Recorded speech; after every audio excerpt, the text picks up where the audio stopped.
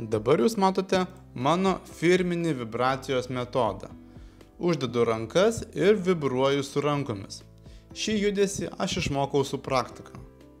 Žmogus jaučia vibraciją, kuris sklinda per visą kūną, labiausiai jį jaučiama liemenyje. Ir šią vibraciją aš naudoju 3 vietose – abiejose nugaros pusėse ir ant sprando.